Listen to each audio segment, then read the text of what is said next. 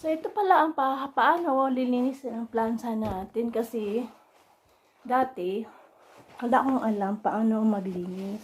Ito kasi naka-block na yung yung mga, yung opening niya maliliit, naka-block siya. So, kinukutsilyo ko siya or sharp objects para ma-open yung opening. But, ang ano lang pala, yung paglilinis, simple lang pala, kandila. So, may kandila tayo ngayon. Actually, na-try ko na siya kasi nagpa-plancha po ako at saka timing. Naalala ko paano, malinis na actually. So, yun. Nag-prepare lang ako ng kitchen tissue para ipunas natin at saka towel na rin. So, ganito lang. Ito, candle. Yan, kasi ginagamit ko to sa pawala ng amoy sa kusina pag nagluto. So, ito ang candle. Iganon natin. Of course, mainit yan. Naka-on yan, i-on natin ng 3. Para mainit siya. Ayan.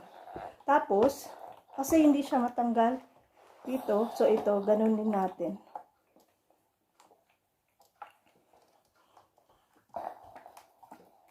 Ayan. Ayan. So, yan. May kandila na. Ang gawin natin is, ito una natin gamitin.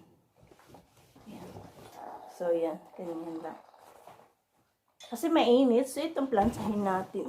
Imbis na ganun natin, pwede rin. Pagkaya. Tapos, uli. Nakadila naman talaga ako dito. Ito. Pwede rin. Ayan. Tapos, yan lang siya, guys. Yan. Ito. Gamit natin kanina.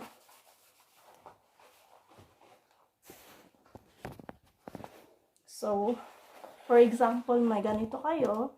Electric iron na hindi gumagana or yung mahirap na siya bumuga ng stem kasi naka-block yung mga daanan ng water stem. Yan. Paper. Ganunin lang, guys. Candle.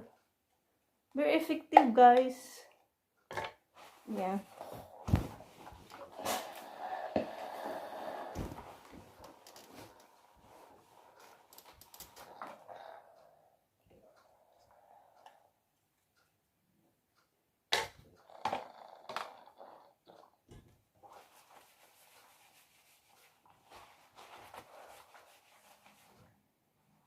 So, ayan, open na siya, guys. Dati naka-close halos lahat.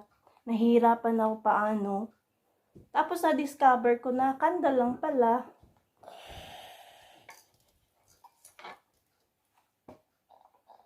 Mas easier kasi pag candle, guys. Ayan. Gusto ko pa siya linisin ng linisin kasi Ayan. Stem. Umuusok.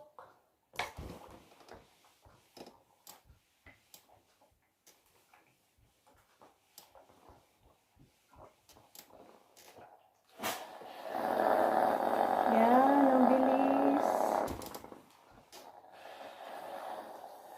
Tapos, ito naman, pang last. Towel, kasi para malinis talaga. Yan. Umuusok na siya, guys. Dati ang hirap.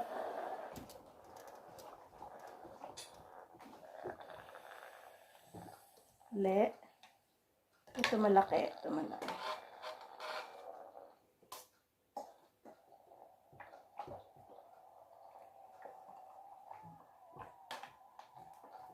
Yan. Tapos, ito. Mag-ingat lang kasi mainit talaga siya. Number 3, nilagay natin sa number 3. Naka-on talaga siya. Tapos, para matunaw yung candle. Very effective siya, guys. That's all.